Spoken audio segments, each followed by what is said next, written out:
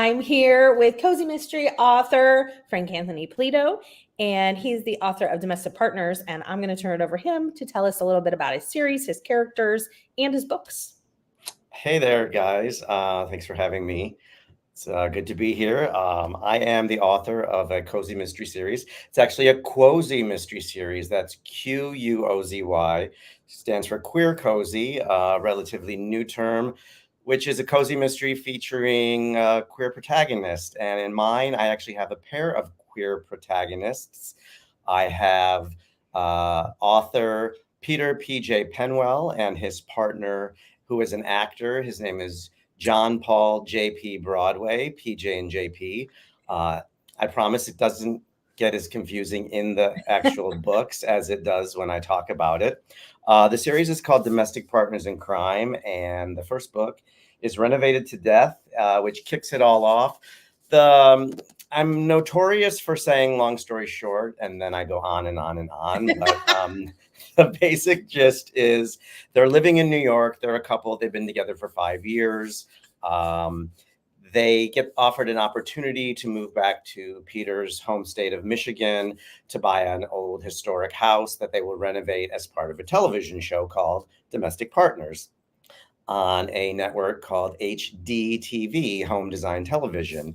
And when book one starts, they've already done the first season. They're sort of local celebrities. They go into the local diner, people recognize them, and they're getting ready to kick off season 2. It's the summertime. They're on hiatus. They're getting ready to start season 2, and they're looking for a house to renovate.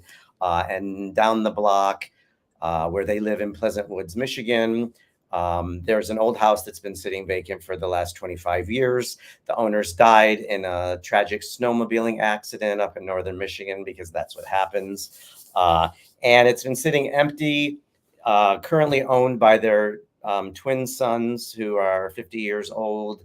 And the one brother decides it's time to sell the house. He wants to have the partners fix it up on the TV show. That way it will get a lot of media attention, and then they'll be able to sell the house. The other brother is not so keen on it. It's a family home. It's been in the family for generations. And the alpha brother ultimately wins. The other brother gives in. The partners get ready to renovate the house on their show. But before they can begin filming, the alpha brother is found dead at the bottom of the rickety old staircase. And soon we learn he has a slew of enemies and ex-boyfriends, enemies that include the pink mafia, the gay mafia, this ex-boyfriend, that ex-boyfriend. He's known for dating younger men, and once they turn 30, he gives them the boot. So there's a lot of potential for suspects in this one. Then in book 2, it's called Rehearsed to Death, and they are officially on hiatus from the show. It's the winter time. PJ, the playwright, has written a play that the actor JP is going to star in at the local community theater playhouse, directed by the town mayor's wife, until this up-and-coming British, very pompous, arrogant British director who works at the local regional theater gets wind that there's this hot new play coming to town, and he decides that he should be the one to direct it. So he uses his influence to take over. He doesn't read the script. He knows nothing about the play at the first meeting. He doesn't even really want to hold auditions. He just, selects actors that he wants to work with, that he's already worked with. He and Peter, the playwright, clash, butt heads. They clash. The director clashes with the mayor's wife, who's now the assistant director, blah, blah, blah. And then one night after rehearsal, the director is found dead on stage.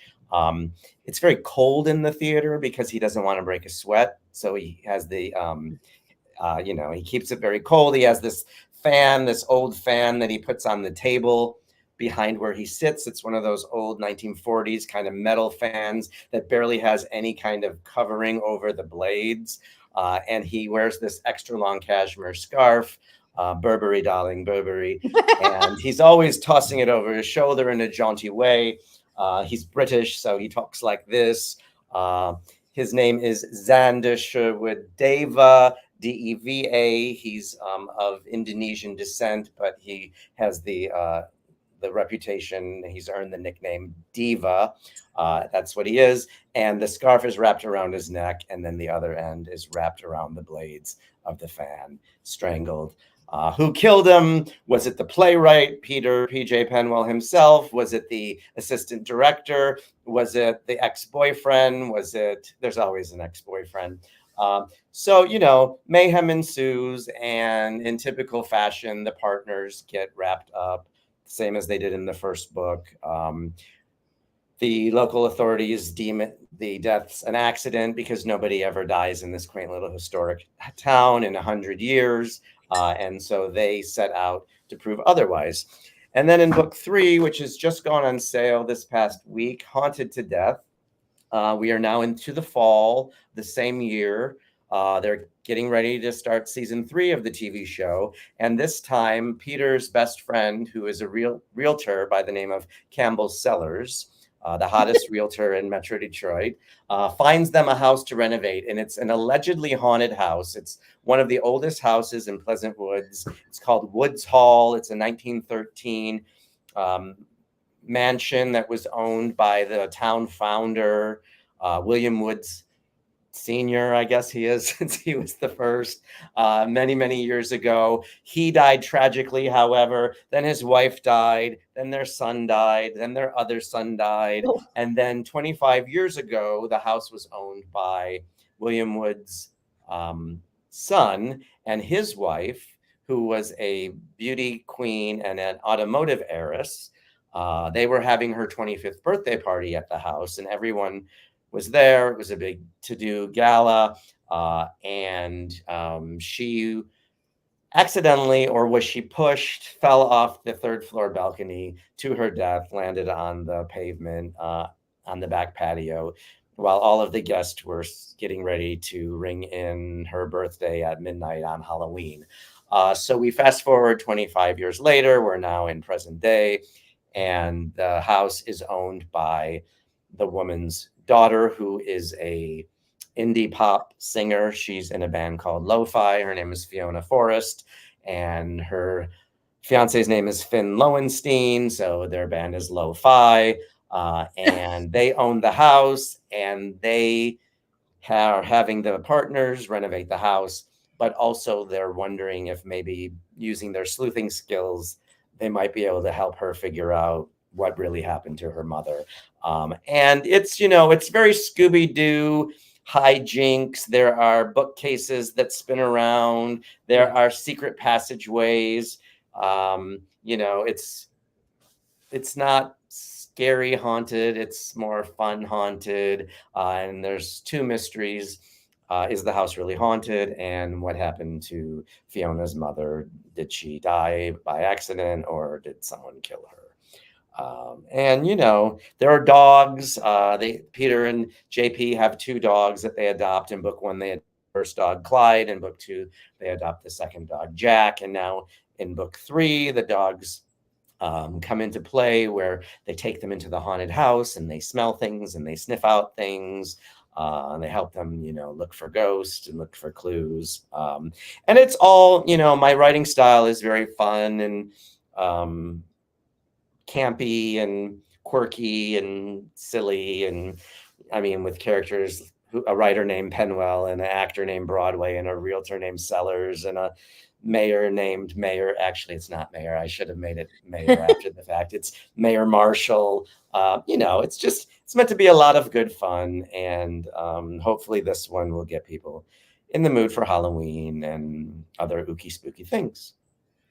Yeah, I've read the first 2 and can't wait for the 3rd. And I love that the 3rd is Halloween. I'm very excited for it. So couple questions about that. Sure. One, you said it comes out, what's the date of the 3rd release? It actually comes out on August 20th. So it was out last week. Okay. Yeah. And then are any of your characters based on real people? The answer is yes. They always are. Write what you know, it's easier. Peter, PJ Penwell, they're millennials, Peter and JP. My partner and I are not millennials, but I am a writer and my partner is an actor. Peter is 5'7", 157 pounds. I am 5'7", 157 pounds. Peter is very neurotic and I always use the word neurotic. I don't know why, but I am very neurotic. He is very much me. My partner is an actor. I did embellish a little bit on the actor character. No disrespect to my partner Craig, but the town mayor and his wife are based on the town mayor in our town and his wife, though she is a former high school drama teacher, and we know another woman who is a former high school drama teacher. Campbell Sellers, the best friend, is sort of based on my best friend, but my best friend is not a realtor. So the more I write, the less literal I am when I base characters. I will say, and I have no qualms about admitting this, the director in Rehearsed to Death, who is British and pompous and 6'2" and Indonesian but British. He is based on a director that I worked with when I was in graduate school, and I couldn't kill him, even though I maybe had wanted to. So I used him in my book and took out my revenge that way. I was going to ask you, are any of the victims real? So now we know. Yeah, he's the only one. In the first book, the twin brothers, and in this book, the automotive heiress beauty queen. Totally made up fiction. It is a work of fiction. The disclaimer doesn't lie. But it is a little more fun when you can, take out your revenge on someone that you couldn't in real life.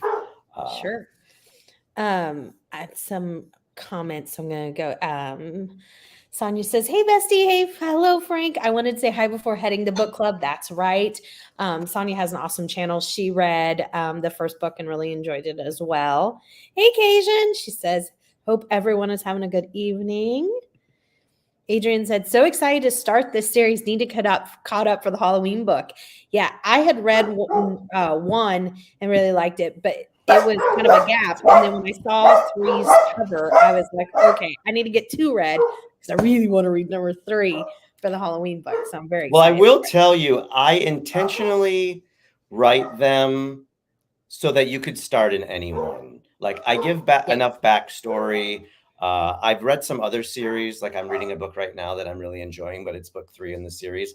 And I can tell when things come up that I should know if I had read the other 2 books, but I don't quite know. So I really set out when I started writing him to make sure to give a little bit of the backstory. And to be perfectly honest, giving backstory takes up space and pages and words. And so that really helps as well. But I also learned, I grew up reading Encyclopedia Brown. He was my first introduction to mysteries. And there was always some phrase or 2 or whatever that the author would use in every story to explain how, if you hadn't read any of the other stories, you wouldn't be totally lost. And thank you everyone for the comments. I appreciate it. Hey, Lori. She says, "Hi, Tiffany. Hi, Frank." Hello, Lori. Lori is reading with Mrs. Leaf. She's always on Instagram. Oh yes, I have to get closer because I don't have my glasses on. Yeah, of course. she's always she's amazing. She is my IGBFF. There you go. Hello, Pink Mango. I'm digging the name. I'm very excited to meet and see a bit from this author. He's new to me, and I will be meeting and seeing him in Ashland this October at the Mystery Fest. Can't wait. I'll be there too. That's so exciting. Looking forward, and please, when you see me there, say hello. Everybody, this is Jack. He is Jack Russell, and his name is Jack Russell. I kid you not. It's the name he came with. When I lived in New York, Craig and we lived in New York, much like Peter and JP. And I said, when we move to Michigan and we get our dog, I really want to get a Jack Russell named Jack Russell. Kid you not. And we found him, and that was his name. And he is my Wow. cuddle bug, my buddy. He's in his adoption story is in book 2, Rehearsed to Death. And he's very clingy and wants to be with me and hog the spotlight. My my dog is half Chihuahua, half Jack. Oh, Yeah. yeah. And Very cute. I've seen a lot of those. yeah, They're very and cute. I don't know if it's he's very, very sweet. I mean, very, very sweet, but he's very stubborn, and people are like, "Oh, that's a Jack Russell trait."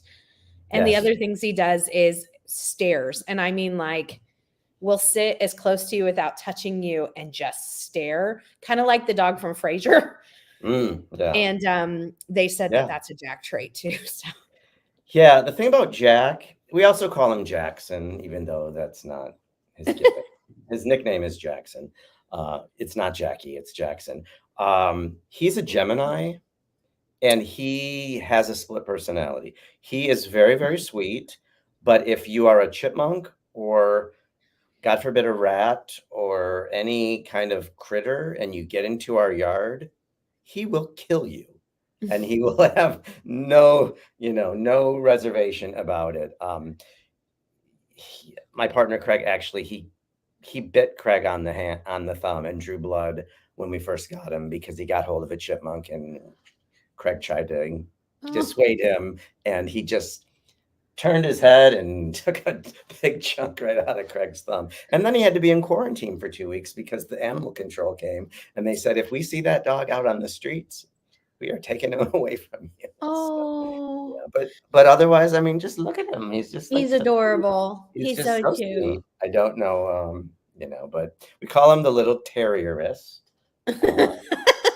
And you never know, but for the most part, he's very sweet. Yeah. And I'm glad I'm wearing a white shirt because I'm going to be totally covered. All right, Jack, I'm going to put you down now. Oh, and then I always, whenever I talk to him, I always have to use this little voice, and I don't know why, Of but course. that's No, the it's a voice. must. That's the voice that I imagine that he talks to me with. Yeah, no, it's absolutely a must.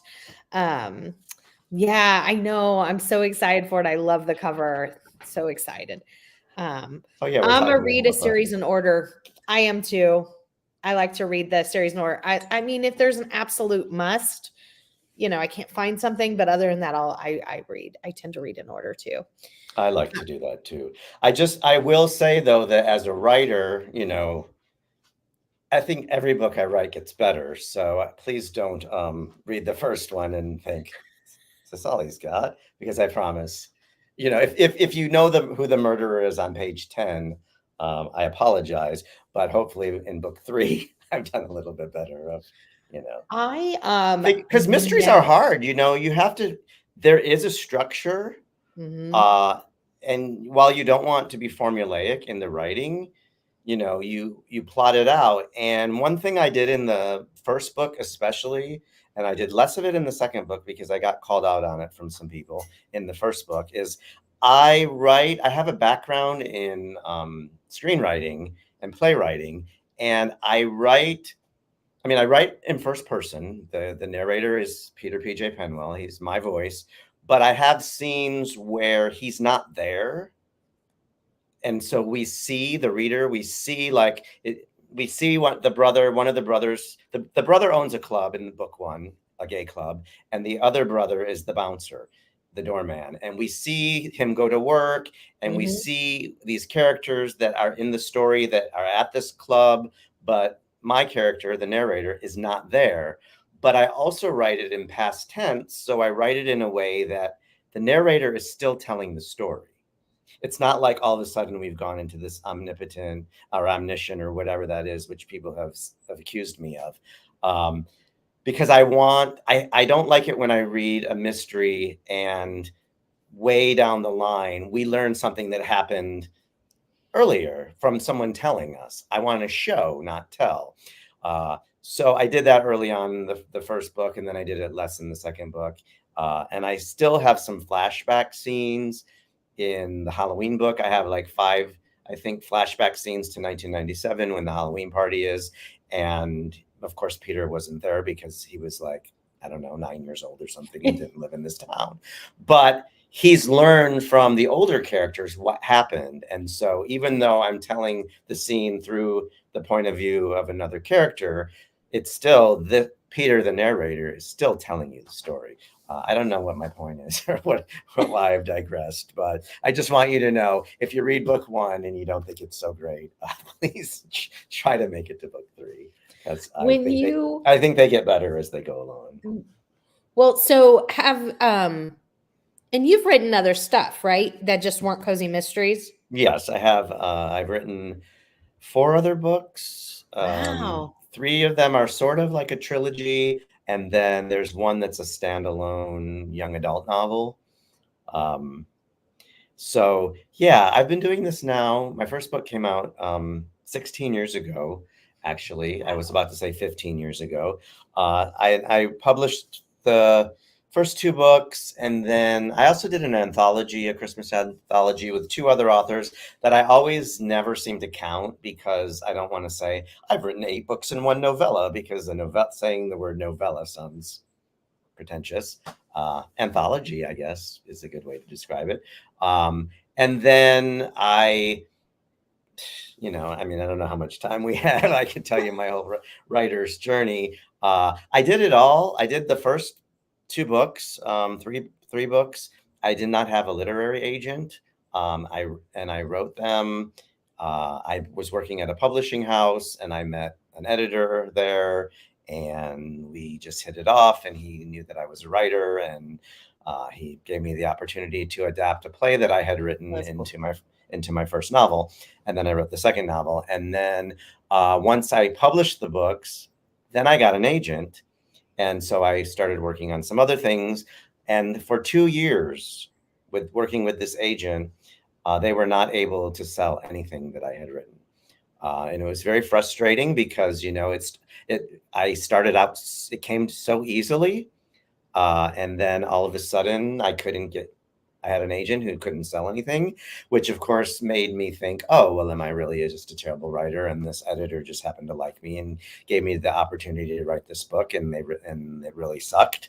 I don't think so, but it's a very hard, it's a hard industry to get into. So where I'm going with this is that I ended up self-publishing the next 2 books because I didn't want them to just live on my computer and no one read them.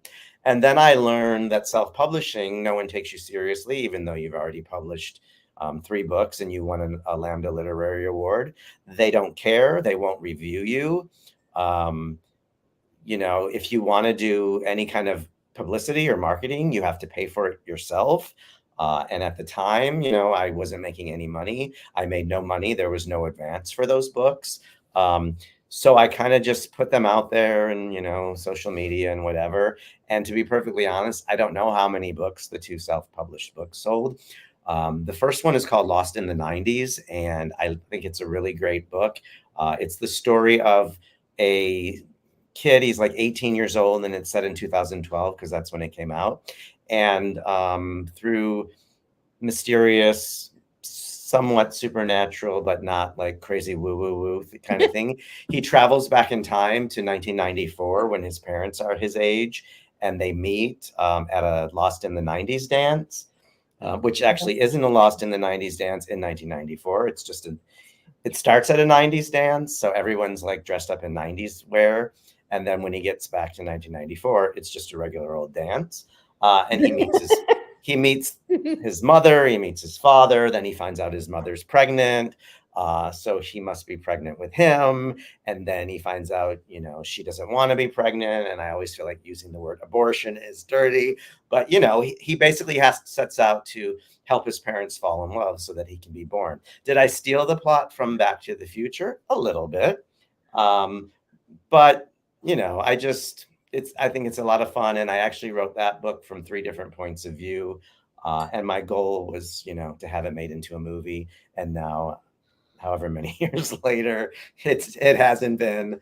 It probably never will be. But if you're looking for a light, fun read, and you have any affinity for the '90s, please check it out.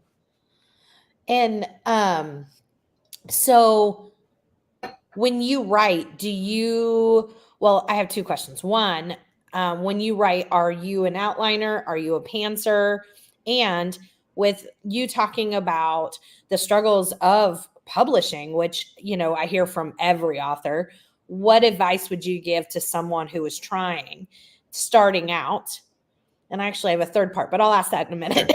I am definitely an outliner. I learned in playwriting school from my playwriting teacher that, I guess he said you have to outline. It was part of the assignment. We had to write an outline, and I always start with like a basic what he called a step outline, where it's just literally like I wrote one recently for a new project that I'm working on, and it ended up being something like 257 lines of just this happens, this happens, this happens, this happens. One, every single thing. And then I sort of chunk those together, and then I write like a chapter summary of what's going to happen in that chapter that ends up being, like a big chunky paragraph. And that ends up being something like 20 pages. And then I always consciously pare it down when I send it to my editor, because I don't want him to have to read through 20 pages of detail that I only need, and then once I have the whole outline, then I start writing. And more often than not, as I'm writing, something will happen, or a character will say something, or I'll think of something that I didn't think of when I was writing the outline, and then it will change. And then I revise the outline, and then I continue. So I definitely am an outliner. And every so often, like even in like the Cozy Mysteries in Renovated to Death, I had this pair of brothers. They were brothers, and then at some point, as I started writing, I was like, they're twin brothers, and it just fit better into the plot of the story. And there are still other things that I didn't write that I now, after the book is already finished, then I'm like, oh man, I should have did that. So it's never finished. Even when the book is printed, I always hope like, well, if I turn it into a movie, then I can do it that way. So I always outline. And then given the struggles of the industry, the advice I can give is the advice that my acting teacher gave me. I was an actor before I was a writer. If you can think of anything else that you enjoy doing, that you can make any amount of money doing it, then you should go and do that. But if you can't, or you still feel compelled to act or write or be a musician or whatever artistic thing is that you're not going to make your living at, then you just have to do it, and you have to do it for yourself. And so while I had, struggles with self-publishing, I still believe that if you're an author and you try to get a book and you can't get an agent and you can't get a publisher, especially if you've already written the book, then, you should self-publish it. But I would also suggest, if you can afford to, maybe hire a professional editor, because the last thing you want is, someone reviewing it, even though you may not have the potential, and saying it's a piece of crap. And then people will see that. And then, no one will give you another shot. I always say I don't want to put out a poopy product. So my advice is, if you can do it, do it, make it as the best that you can make it. But I wouldn't like go into debt or anything. And I hear these authors, and I have authors who reach out to me, or people who reach out to me who want to write books. And they're like, I was given the opportunity to get this book published, and they want me to pay them $10,000. And I'm like, absolutely not. You should not pay anyone to represent you or to publish you. The goal is to make money, not to spend money. That doesn't count. Like, yes, if you're going to hire a professional editor, they're going to expect to be paid, and you should pay them. But, you do have to be careful. And there are people, even with like screenwriting, there are all these contests, and you can enter, but there's always a fee. always. So you have to do your research of which ones are the most legitimate and which ones are worth spending money on. And, they always say, like, get a really nice designed cover if you can, because there's so many books and for readers to choose from. And if they see your cover on Amazon or Barnes and Noble or wherever, and it just looks cheap, then they're not going to take you seriously. Part 3. I do think that from 2012, when you were talking about Lost in the 90s to now, that there's been a huge leap and bounds in self-publishing, and the idea that self-publishing isn't like bad. It just means maybe people want more creative control. It might not have anything to do with not being able to find a publisher. I read a lot of self-published. I review a lot of self-published because I think that all books are valid and all writing's valid, and I support everybody. But I think that more and more people see it as a lot of people just want creative freedom, and it might not even have anything to do with lack of ability or anything else, as opposed to, I feel like it's come a long way. I'm not saying there's not still people that think that, but I do think it's gotten majorly progressive. Well, that is good to know. And if you don't mind, I'd like to just segue into a little side topic related to this. I'm at a point right now where, my third book in this cozy series has come out, and I've actually already written the fourth book. It's called Dragged to Death. And there's a drag queen in the story and in the series. And in the Haunted to Death, there's a scene where they go to the gay bar where she's performing, and she invites Peter and PJ to participate in the upcoming charity drag show extravaganza. And so I've written this book called Drag to Death, where they appear in this drag show, and one of the drag queens ends up found dead backstage afterward, smothered by her own beehive wig. And I was so excited to write it and finish it. And I went to my editor and I said, okay, great, I've got book 4 written. And he said, Frank, I have some bad news. Your books are not selling, and therefore we cannot offer you a contract for book 4. And he didn't really say your books are not selling. He said, your second book isn't selling. My first book sold out the advance. And what that means for people who aren't in the know is they pay you a certain amount of money to write the book. And then when it sells enough copies that makes that money back, it's sold out. And then everything after that, you, the author, get. So that's a few months ago, I actually got a royalty check, which was like my first royalty check ever. Because I have a book that came out in 2009 that never sold out the advance, and I've not made a single penny off of it since.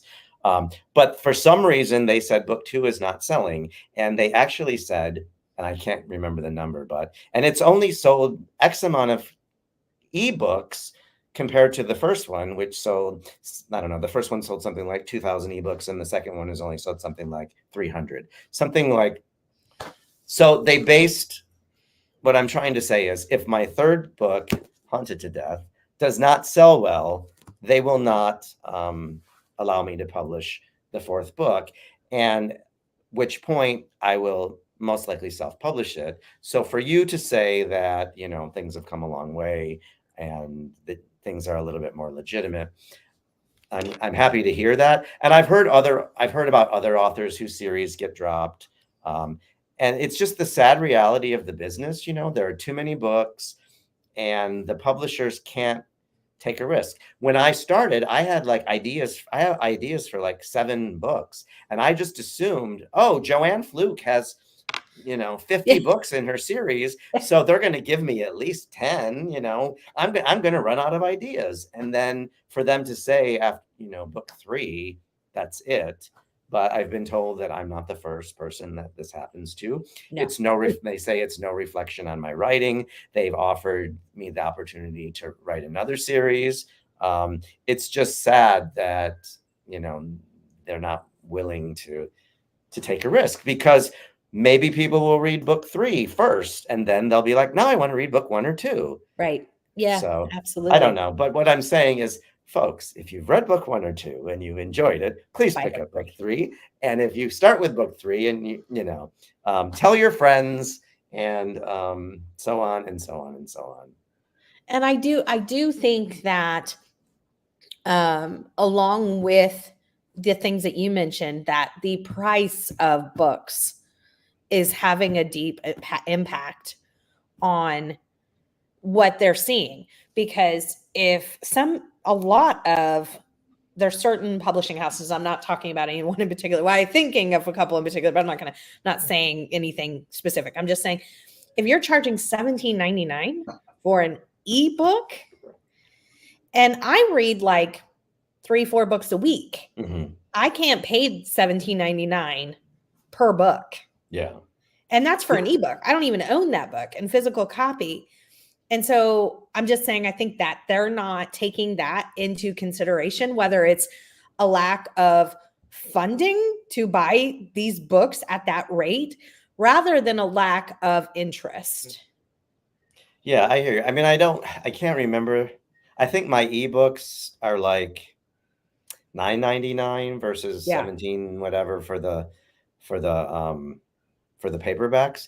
But I do know, there are some authors that I've recently been asked to read their books and, give a blurb for the cover. And I've read them and they've been great. And I've given, recommendations that are honest, in my opinion. But they're hardcover cozy mysteries. And I think the retail price on them is like $31. And I'm just like, I wouldn't buy, my favorite Michael Cunningham and pay $31 for a hardcover book. So I feel for those authors, I don't know, what kind of sales they're getting for them, but I'm just like, when I saw that, I was like, whoa, that's a lot of money. And you would think like it would make more sense to charge less, sell more. And every once in a while they'll do that. They'll be like, now today you can get this book for $2.99 or whatever. And I'm that person who waits for those things. And I'm the person with the iBooks on my phone that they're all the ones I got for free, except a very select few that I wanted to pay for. And it does come down to the unfortunateness of how we want everything for free. I want to read my horoscope every day, but I don't want to pay for it. I want to read the news, like we think everything should be free. And we don't stop to think that the people that we support, by paying, we're supporting people. It's the same with the music industry. It's the same with everything. So I don't mean to go off on that tangent, but I just want to let, people know that short of a letter writing campaign, which I don't think exists anymore, I need to sell some books so that I can at least get the 4th one out. Because that's what's sad about it. Like, if I hadn't written the 4th one already, I'd be like, oh, okay. But I also teased the 4th one in the 3rd one. And now I don't want people thinking like, what happened to that drag extravaganza he mentioned in book 3? I don't want to disappoint people. Yeah. And it's fun. I think it's the most fun story yet. And it's just, I don't want to see it. Well, 3 might do awesome. And I mean, it's Halloween set. It's fun. It's, all of those things. And the first 2 are great. So, people might pick up a Halloween book because October's coming up. And then, like you said, go back and read the other 2. I do want to ask you a couple other questions about your characters are obviously, he's a good sleuth. Would you make a good sleuth? I like to think so because I'm observant but I don't know. Like, I don't think I would want to go lurking through a haunted house through secret passageways and all those things because I get really freaked out. Yeah, I'm with you. It might not be my forte. Though I am pretty good when I watch movies and stuff but I'm good because I understand the dramatic structure and I can always pick up on clues that way. Yeah, so nobody wants to watch TV. No, I'm kidding. I'm just kidding. She's talking about reading the series in order. Yeah, I like to mostly read in order too. That said, I'll be going to Amazon right after this interview. Sounds like a great series. Oh, thank you. I appreciate it. That is awesome. Oh, you're going to Ashland too. Oh, it's going to be so exciting. I'm very excited, and I don't know what to expect. But are you guys out in that area? I'm Like in you and Florida. Adrian? Oh, and you're going to go all the way there. Wow. Yeah, I See went that? last year too. See, that And is then, diehard dedication, and we do appreciate that as authors. Um, I don't know what to expect. I know I'm going to be on a couple different panels talking about, I think, plotting a mystery. And then was this like, does anybody know how to cook? We're going to do some cooking panel. yeah, I said, yeah. sure. I don't have any recipes or anything like that in my books. I have home renovation tips, and I can teach you how to refinish woodwork. All of this woodwork behind me, by the way. The house that Peter and JP live in is a 1924 Craftsman Colonial. I live in a 1924 Craftsman Colonial. Wow. My house has lots of natural woodwork. Their house has lots of natural woodwork. And that's where I got the idea to actually write this series. It was actually my editor's idea. He came to me and he said, we're looking for someone to write a queer cozy mystery. And we think maybe a story with two guys who are similar to you and Craig, who moved to Michigan and buy a house and renovate it, would make for a good topic. And I said, well, I can do that.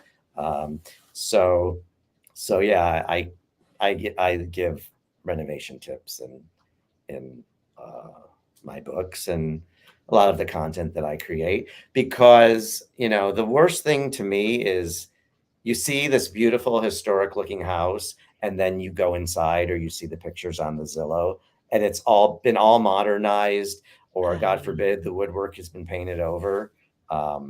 So that's been, again, we write what we know, and Yeah. that's what interests me. It's going to be fantastic. And then most of the people that are on, the authors are fantastic and very seasoned, all of you. So I feel like between all of you sitting on a panel together, it's going to be awesome. So I hope so. I think it'll be a good time, and it'll be nice because as writers, we're so isolated and we work in isolation, and it's always nice to get out. And it really is. I've done a couple cozy cons, one in Pittsburgh and one near where I live in the Detroit area, and it's so great to meet the readers.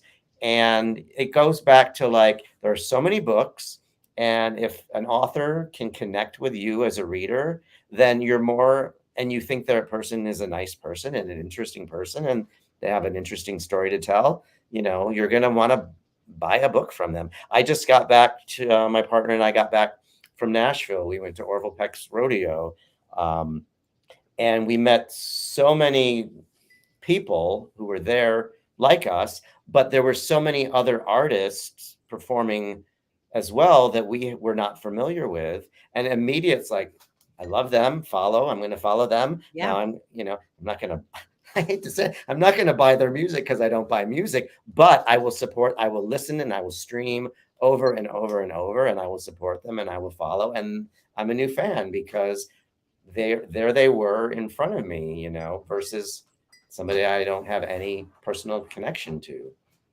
Absolutely. Which is why I think that authors, the more they can be on those social media platforms, it just works for them. I think that's, so I always ask two very hard hitting questions. One, and this is because I want you to be prepared. This is me out of the kindness of my heart, feel like you need to be prepared if Hallmark calls you and says, we want to turn Domestic Partners into a movie series, like the Hannah Swenson from Joanne Fluke, who would you want to play your main characters? Well, that is a very good question because unfortunately, I'm not as averse with the younger actors as I'm not. Yeah, I am with people from my day. Yeah. But I will say there is a guy that I went to Carnegie Mellon with. He is an actor. He's actually from Detroit, the Detroit area. Years ago, when my brother was in like college age, he did a play with this guy, but he was like in high school at the time. His name is Dan Amboyer, and he is the description of my character. He's 6'4", muscular, good looking, an actor, of course, and he's been working now consistently for the last 20 years since he got out of Carnegie Mellon. He started out like playing Prince William in a Hallmark story about Kate and William, but he's also been in, there was recently a thing on Netflix with Neil Patrick Harris, and the name, of course, is escaping me because I can't think straight. But he was in that. He was on the show Younger with Hilary Duff, and so he is like my ideal JP Broadway. And the fact that I know him and went to school with him, I like to think that maybe I could convince him to come on board. And then for Peter PJ Penwell, maybe someone like, I think his name is Mark Indelicato. He's it's something with an I. He's a Latin guy. He's a openly queer actor. He started out on Ugly Betty when he was like a kid, and he's done a lot of queer rom-com type things over the years. He has that sort of or maybe Michael Urie. I think Michael Urie might be a little bit older now, but that same neurotic energy of, the quirky, funny, young, queer guy. And then I don't even know who else. We'll start with those two. I think the good news is that I don't think Hallmark's going to actually give you a say. That is, but it's fun to always see who people picture as. Because do you like do a murder board or anything? I've interviewed a lot of authors, so like I make a murder board and I put all this. I don't. But I will say, when I started out writing, I was like, I'm going to turn this book into a movie, and I want this actor and this act. And I did like this whole thing where I like put the script online and I put little pictures of the characters next to it. So I used to do that more back in the day, and when I had a lot more free time. Oh, he was cute. And then unfortunately, we're having a rain storm now, and he's clinging to my feet. And poor baby. But he's okay. He's just sitting here. I'm going to actually pick up my computer and he's just sitting there with his paws crossed because that's what he does. That's very good manners. We call them fancy paws. And, that's adorable. Oh, Clyde's over here cowering on the other side of the room. My dog is so scared of storms too. I'm so excited that you're going to be in Ashland Pink Mango. That is awesome. I'm glad. That's so cool that you're doing it as a family. I'm excited that people are coming because after the fun weekend experience I just had, I get it. I get it now, like meeting other readers and meeting people who have the same interests, because so often we're like, I love Orville Peck. Who's that? I read cozy mysteries. What's that? What are those? Never heard of it, So to be around people who, are just as geeky about something as you are, it's like super, super fun. It is. It feels like, it is. And I've never been to Oregon, so I'll check that one off my bucket list. Right? That last year was the first time I went, and it was absolutely amazing. And the town feels like a cozy mystery. Like it's unreal. I had white cats and just gave up and eliminated dark clothes from my wardrobe. That makes sense. The thing I hate is the socks. I can't walk through the house in socks, and then I put my shoes on, and then when I take my shoes off, there's just hair all inside the shoes. Hey, Marie, it's good to see ya. Oh, I just put a hold on Renovated to Death. Awesome. And that's another thing too that I want to, let people know. Like I found this thing, and I'm sure you all know it. It's a library app. What is it called? Libby? There's a few. There's Libby, then there's another. Yes, Hoopla. And like you can rent movies and you can watch them on your TV, and like, I don't want to say like don't pay for books, but if you can't afford to, Libraries are free resources, and the little free libraries, I'm always putting copies in the little free libraries whenever I walk by. We have like 3 or 4 of them in my neighborhood.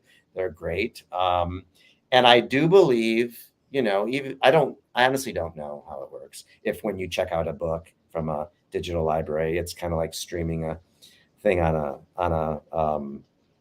Spotify or whatever. But the fact that, they'll see like, oh, this book is being checked out. That means it's popular. That means we should get the next book. So that helps too, everything else. And I often say, like, I would rather have people read my work for free than not read my work at all, because it's like art. If you make a movie and no one watches it, it doesn't exist. Like, it might as well not exist. If you write a book and no one reads it, what is the point? It's just a bunch of pieces of paper slapped between a cover. So I would, rather that you share books or, check them out for free or whatever than not read them at all. Yeah. And publishers do get credit towards, like, they do see like library, because it's considered sales like that the library purchases and stuff. Yeah, So yeah. it's Don't still, be, there's no shame in checking a book out from the library. We I need those know. libraries. Cajuns had to agree. A lot of publishers are not helping authors with the prices they're charging now. Some publishers, not at all. Yeah. Totally agree about the prices. We need the mass market paperback back. Yeah, that's another thing. Like, I was so excited when I got this Cozy Mystery contract because I knew about all the Cozy Mysteries in mass market, and none of my books had ever been done in mass market. And I was like, yay, I get to have mass markets. And then I was told, we're not doing mass markets anymore. And they said something like, oh, the millennials don't want to read mass markets. And I'm like, why? It's so much easier to hold in your hand, fit into your bag, fit more on your shelf, and they cost less. Yeah, so, they're way more affordable. Yeah, so why not?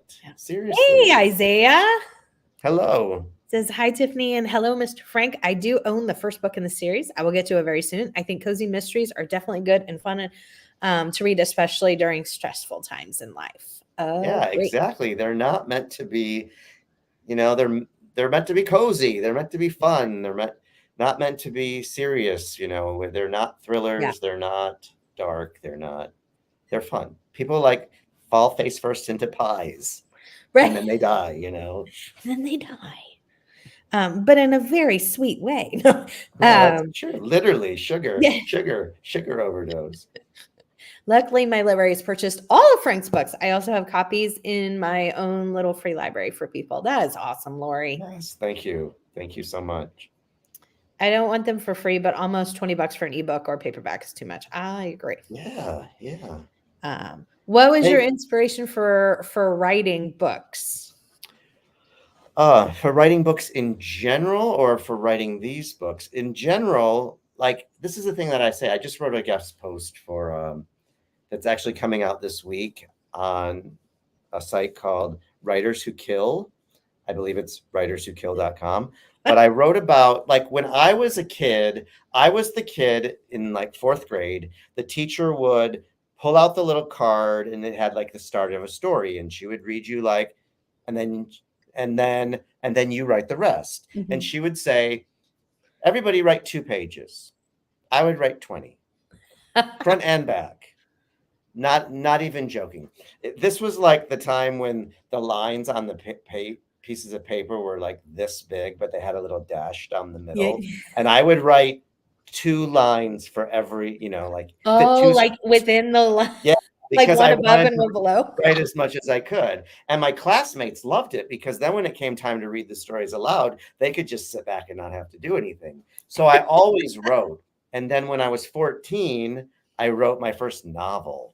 And I typed it up on half sheets of paper, front and back. And then I put them all together. And then I put rubber cement on the spine and made a cover and made it into a book. And it was something like 112 pages. And I shudder to think about it now. But my point is that I always wrote, but I never thought that I wanted to be an author. I never thought that I could get paid to be an author. I never thought that I could make a living as an author.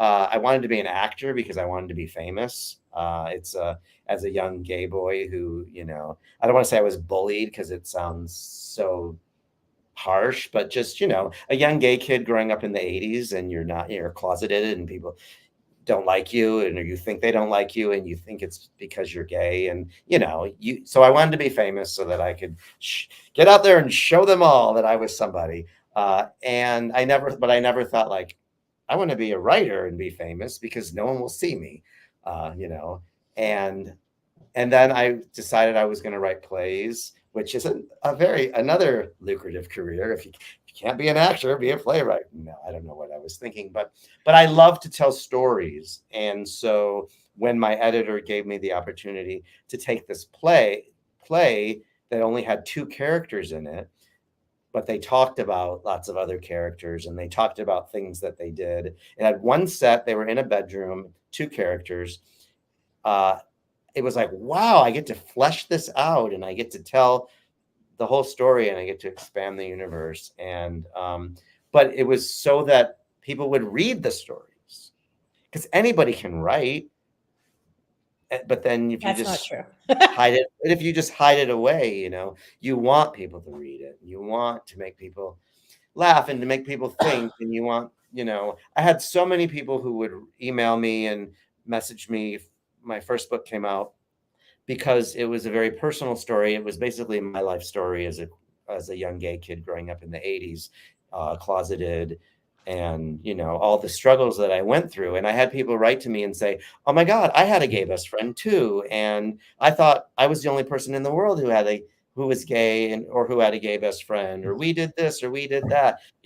And nowadays, rarely do I hear from people, and I certainly never hear from anyone who says, oh my God, my partner and I have a historic house, and we found a dead body at the bottom of this staircase. So, the cozy mysteries are a little bit less serious, but it's still, I love to hear from people. I always say this, find me on social media. If you read the books, if you like them, let me know. If you don't like them, let me know, because to be perfectly honest, I'm more inclined to believe it if you tell me. I didn't like it, and this is why, because it was too easy, or I knew who the killer was on page 3, or blah, blah, blah. Whereas if you just said, I read your book and I loved it, it's like, thank you. But that doesn't, that's why, as much as the negative reviews are so harsh, because you believe everything that they say that's negative. But when they say this book was wonderful and it's witty and the dialogue, it's like, you're just being nice. So, but I do love to connect with people, and I love to hear from people, and I love to have any excuse to put my real work aside and like reply to an email. Or, I just heard from someone the other day who's like over in London, and he's like a straight man in his 60s, and he read my cozy mystery. And I always say, like, how did you even know about it? Because I'm not famous and you don't know me. So how did you find out about it? And he said, I was just perusing the online listings, and I saw it, and I read the synopsis, and I thought this sounds unlike anything I've read before. And so he gave it a read. But I do like to hear from people, and I love all the people I'm meeting on Instagram, and the book people, and the other social media outlets. And it's just I don't want to say the icing on the cake, but it's whatever the metaphor. Meeting the people, meeting the readers is one of the pluses of it, and one of the things that I enjoy the most, other than actually writing. Are you a big mystery reader? And if something happened to you that was nefarious, knock on wood that doesn't, who would you want to solve your crime? From a movie, from a TV show, from a book? Who would you be like, oh, they're going to get me justice? Well, I do read mysteries now. I started reading a lot of cozy mysteries before I started writing them, because I knew what a cozy mystery was because I worked in publishing, but I honestly had never read one because I thought they were for little old ladies. Yeah. So I do read them now, I also read them, to see like how does this author handle certain things and where do they introduce their victim on what page and like all those technical things. But I've always enjoyed, Encyclopedia Brown, like I said, and I more grew up. I was a reader for sure, but the older I got, the more I was like watching movies and TV because it's easier. But I love, there's this musical called Something's Afoot, and I don't know, it's just very unknown, I guess. People know it, but it's not very popular. I couldn't even tell you who the writer or the composer of it is, but it's basically like an Agatha Christie 10 Little Indians. This group comes together in this this old house for the weekend, and the bridge gets washed out, and one by one they all start getting bumped off, but it's a musical. And I Sure. loved that. And then Clue, I loved Clue, and we played Clue VCR, which was this thing in the 80s that they had where you literally like put a VCR tape in a VHS tape, and you watch a little scene, and then you pause, and then you have your clue sheets, and you try to figure out and Clue the movie. Like I I always love loved it. mysteries. And then in Love it. terms of who I would want to solve my death, I'm going to go with the obvious and say Jessica Fletcher, because she's everybody's grandma sleuth. But maybe, I don't know, it might be fun for the guys from Only Murders in the Building to try it, Oh, but there you I go. don't know how successful they would be. It might take a while. I love Jessica Fletcher. I think if she and I are in the same room, though, I'm out because somebody's going down. Like you can guarantee that if she's there, someone's getting offed. Yeah. So I'm just, but I love her. I think I'd pick Columbo just because he's just Oh, well, maybe speaking of Columbo, maybe the new, what's her name? She's like Columbo, the redhead from the one from it's a new one. I watched the whole thing. Why can't I think of it? Oh, my middle-aged brain. somebody will. Natasha Lyonne. She has a series, and she's very much like Columbo. And if you don't know it, or once I get off this interview, I'm going to look it up and tell you. She's really Yeah. good. But she's like the modern day female Columbo, and I she's even love got the cigar, but it's like a little tiny cigarello. I love him because I just think that like Poker Face. It's called Poker Face. okay. Yeah. Well, and Natasha Lyonne. he everybody always thinks they get one over on him. They're like, "Oh, he's goofy. He has no clue what's going on." And he's always just, gets him in the end. Always. He's always that, "Whoa, one more thing." And then he, puts a nail in the coffin, and I love that. Yeah. Um Do I ever get writer's block? Yes. Do you have any advice for aspiring yourself that want to get in the Sorry, I just took over and read the question. You're good. No, that's fine. Do I get writer's block? Sure. But it's more like my block is more like I could do this, or I could do this, or I could do this, and which one is better? Like because that's the thing. My acting teacher used to say, your choices are your talent.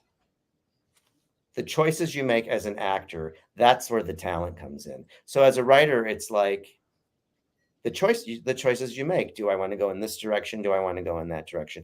Do I want to go in that direction? And that's where it gets difficult. And sometimes, you have to like write one version and see how that turns out, and then write another version. And nobody wants to waste time. And my publisher only usually gives me like a year to write a book.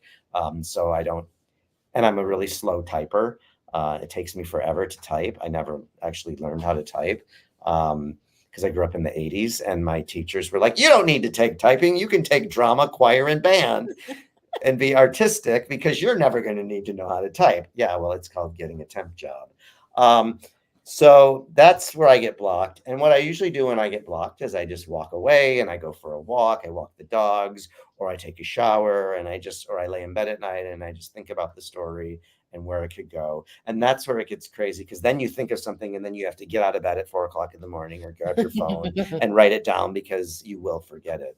And then advice for aspiring writers, like I said, you just have to write, but you have to, if someone you know, this is the other thing. Like I last year I wrote an entire novel. Peter PJ Penwell is an author, and he's the author of a book of a young adult series called Murder High, and the first book is Death of a Drama Club Diva. And I actually wrote Death of a Drama Club Diva last year when I was in the middle of having nothing to do. And then I was going to try to get it published under the name Peter PJ Penwell. And I wrote it, and I queried something like 60 agents.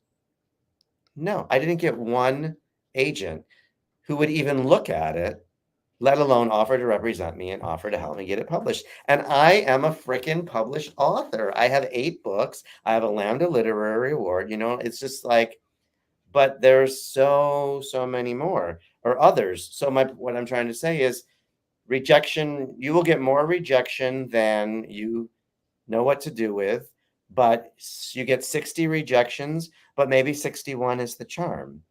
So you just have to keep going.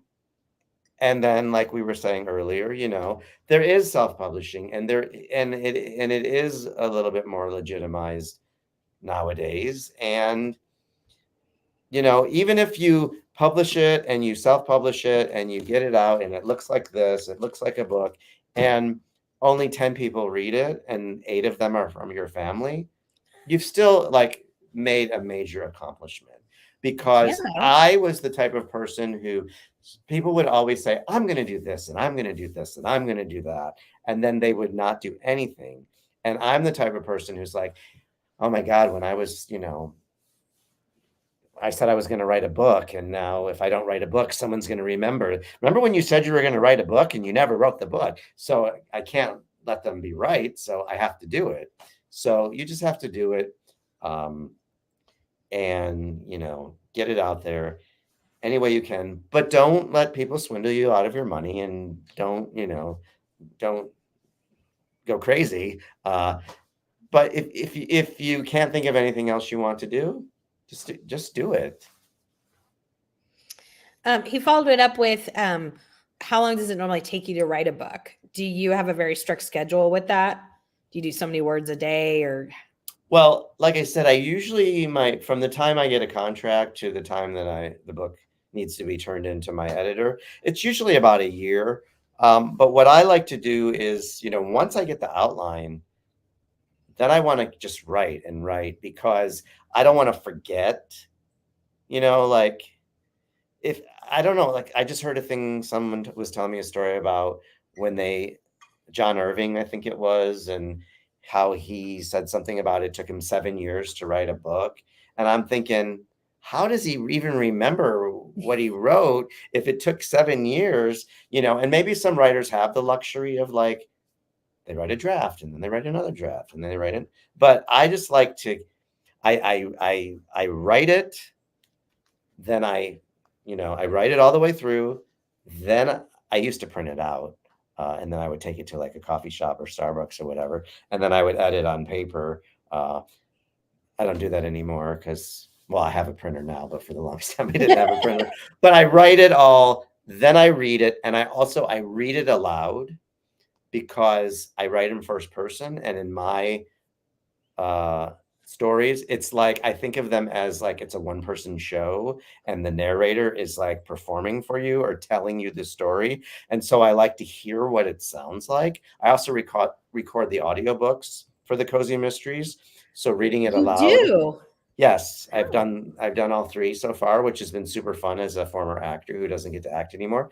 But I want to read it out loud, because I learned from writing book 1 that I cannot say the word in particular or particularly very easily.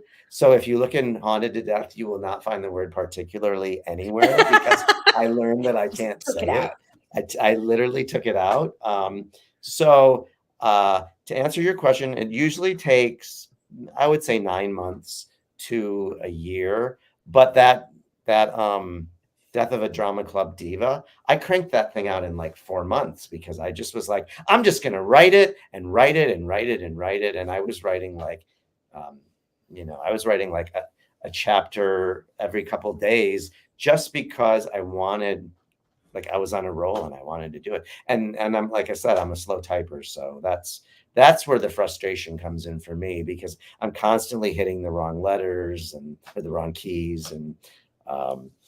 But like anything, it gets quicker the more you do it. But for me, the key is the detailed outline and knowing where the story is going, and then allowing myself to change it if I need to. Oh, I know, Lori. Yes, very, very sad. I was looking forward to. I know. So I'll make this the last question, and then I want to ask you what you have coming up besides Ashland, how people can find you, all of those things. She has a great channel. She said, "Hello, joining late. You're never late. Does this Better late than never is my motto." There you go. This may have been asked because she came in late. Do you have a freelance? Do you use a freelance editor, or what is your editing process? I know you were just talking about Starbucks, but do you have like an official process now, or do you still do the same kind of thing with reading it out to yourself and editing it that way? Yeah, I don't have a freelance editor. I've never used a freelance editor, but I will say that I have a friend who was an editor at the publishing house where I worked. And a couple of years ago, I was working on something and I sent him some stuff and he read through it and he gave me some really great notes. And I wanted to pay him for his work and he would not allow me to, which was very kind. But like I said, I mostly just do it all on my own. I've learned that I need to trust myself, because in the beginning I would write something and then I'd say to my partner, Craig, would you read this and tell me what you think? And then it just took too long. I know other people who I have beta readers. I think it was Rehearsed to Death. I gave it to, or it might've been Haunted to Death. I did send it to a couple people that I know and they gave me some feedback, but it was more along the lines of oh, on this page you said he has blue eyes, and then on this page you said he has green eyes. Even that is helpful, because you miss things. But mostly I just read it. I write it, then I give it to my editor at the publishing house. And he does not give me a lot of detailed notes. I know some writers who literally said they get notes on every single line and every single word. And they've even gone as far as the editors have renamed characters. My editor isn't that hands-on because frankly, he edits a lot of books. He probably has something like 100 books. Wow. In many different genres. And he's the editor-in-chief of the publishing house. So he reads it more for he'll read it, and if something doesn't make sense, he'll tell me. What he's usually does, what he's really great about is he'll send me a thing and he'll say, on this page, you said blah, blah, blah. I want you to elaborate on that a little bit more. Let us get inside his head a little bit more and tell us why he said that. But for the most part, I write it, I read it out loud, I listen to the way it sounds. What I'm really making sure I'm doing is I'm not saying and then we went to the store. At the store, we bought some cabbage, and then we took it home from the store. 3 times saying store in 3 sentences to me is too much, unless it's intentional. I use a lot of alliteration, so I will intentionally I can't think of anything off the top of my head, but instead of saying the singing cowboy, which is tying into something that I'm working on now, I will say the crooning cowboy, because I just I like the way that it sounds. And I also had a writer who years ago said to me, you never just go with the first thing that you put down, and there is a such thing as editing too much and never stopping. But, your first thing is never going to be the final thing. If you're that good, then God bless you. So we know you have Ashland coming up in October. Yes. And do you have any other live events or online events that people can come see you at? Tell us again. I do, and I wish I'm going to have to grab my phone and look at my calendar, because my October is crazy. Well, on September 17th, if you're in the Metro Detroit area, I'm having my official book launch party. I couldn't have it on the release day because I was in Chicago seeing the Tigers play the Cubs and losing, unfortunately. I'm having an event in a Detroit suburb called Royal Oak at the Sidetrack bookshop on September 17th at 6:30. And then I don't think I have anything until October, but like I'm going to Pittsburgh on October 1st to do an event at the Mount Lebanon Library. So if anyone is in Pittsburgh, then I'm doing a virtual book club. I'm also going to a thing on October 12th at a little town called Armada, Michigan, where a friend of mine from college owns a bookstore called Squirreled Away Books. It's called Armada Geddon. And it's like this big, like Halloween kind of festival Okay, that that's they're cool. having, That's really Armageddon. And then I'm going to Ashland on the 17th through the 20th. And then on the 26th, I'm doing an event at a library in Bay City, Michigan. And then on the 30th, I'm doing an event at a bookstore called Schuler's Books in West Bloomfield, Michigan. wow. So I would say you can find all this information on my website, frankanthonypolito.com, but I'm terrible about updating it, and I don't think I've listed any of it yet. So maybe that'll be something that I work on tomorrow. Yeah. Well, you're always on Instagram, so you could easily just, Yeah, Instagram is not my favorite though, in terms of I hate having to write link in bio, and then I have to go to my link tree and put the link in. And I just wish we could just put the link right there and you click on it. Yeah. Yeah. But I am on Instagram, Frank Anthony Polito. I'm Facebook, Frank Anthony Polito. And I'm on X, though I deleted my account and then signed up again after thinking, oh no, my publisher's going to get mad if I'm not on Twitter X. But I'm F.A. Polito because they wouldn't allow Frank Anthony Polito because it's too many characters.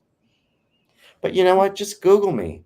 Google me, find me, email me, frankanthonypolito@gmail.com. I love to hear from people. And I really I want to know what you think. And hopefully, Haunted to Death won't be the last of us. No, absolutely. Oh, I just read a book with a cowboy poet. That's so cool. Excellent. Well, I've been very Orville Pecky as of late, and so now I'm thinking about a story about a pruning cowboy. Ooh, I do like a cowboy book. Hey, Sonia. She's going to Michigan. She's going to Michigan over her birthday next month. She says, really? I love seeing you here, Frank. Who goes to Michigan? She wants to live there. That's like her thing. She's in Illinois. All right. We'll have to chat about it. I'm kidding. I came back to Michigan. I never thought I would, and here I am. Yeah, just Google him. Oh, thank you, Yvette. Thank you so much.